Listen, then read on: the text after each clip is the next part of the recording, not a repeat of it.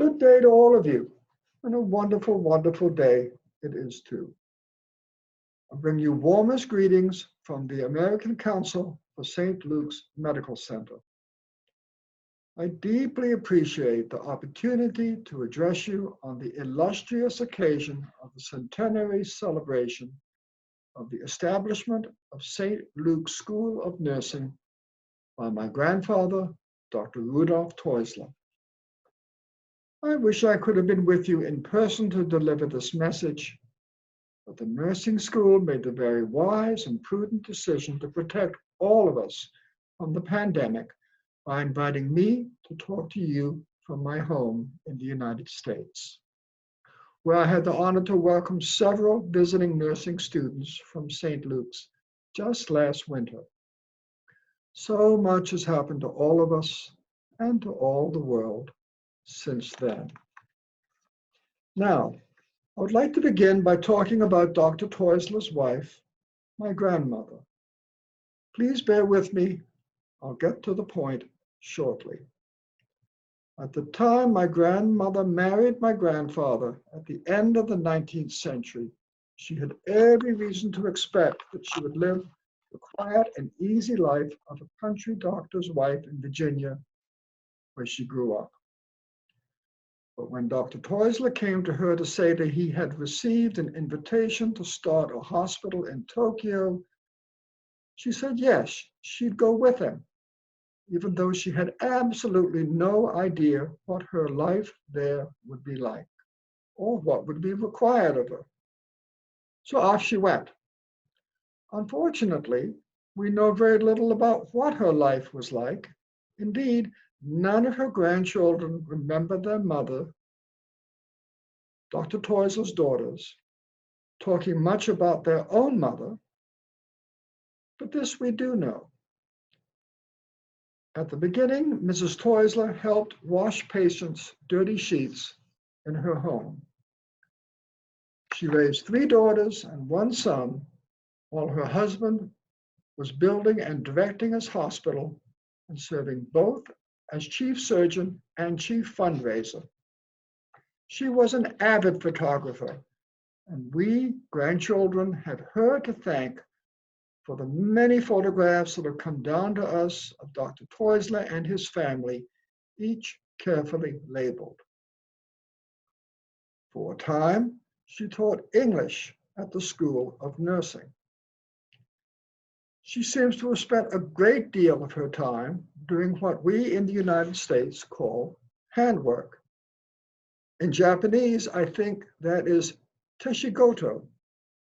Here is a beautiful example. It's a blanket.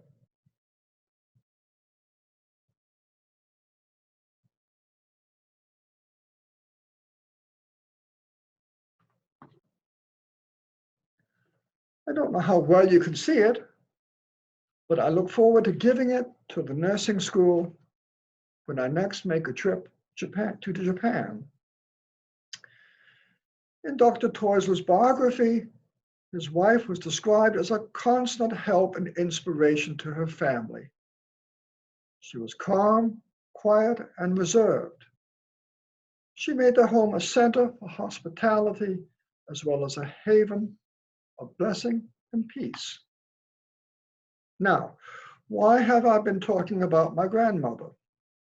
At the time she grew up, at the end of the 19th and the beginning of the 20th centuries, there were relatively few options for women either in the United States or in Japan. As far as I can tell, their primary duties were to raise a family, manage the affairs of the household, and to support their husbands' chosen careers. Listen to the words of Alice St. John. The Japanese woman confines her life within the domestic circle of her home. She is, however, very practical and an accomplished homemaker and housewife, and within her own sphere exerts much influence. This, along with the qualities of patience, loyalty, and obedience, make Japanese women excellent material for training in the nursing profession. As hard as these words may be for us to hear today, especially the word obedience,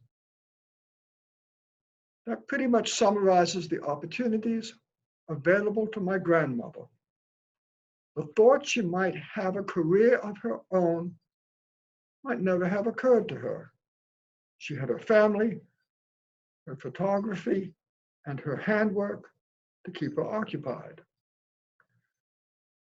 When Dr. Teusler decided to open what would be the first professional school of nursing in Japan, I do wonder what went through his mind.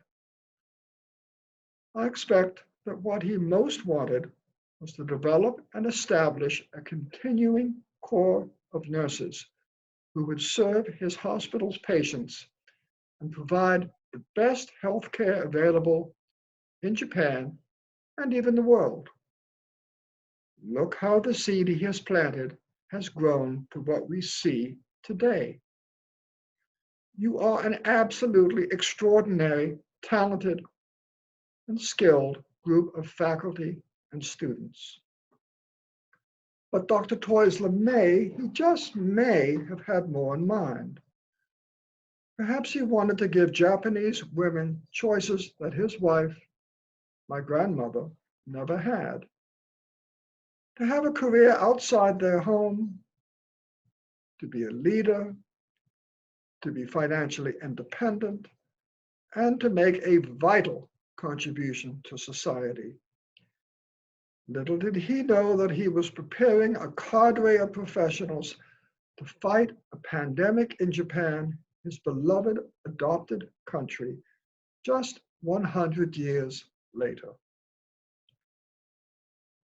In part because of the school that Dr. Teusler founded, you have a choice as to what you will do with your life.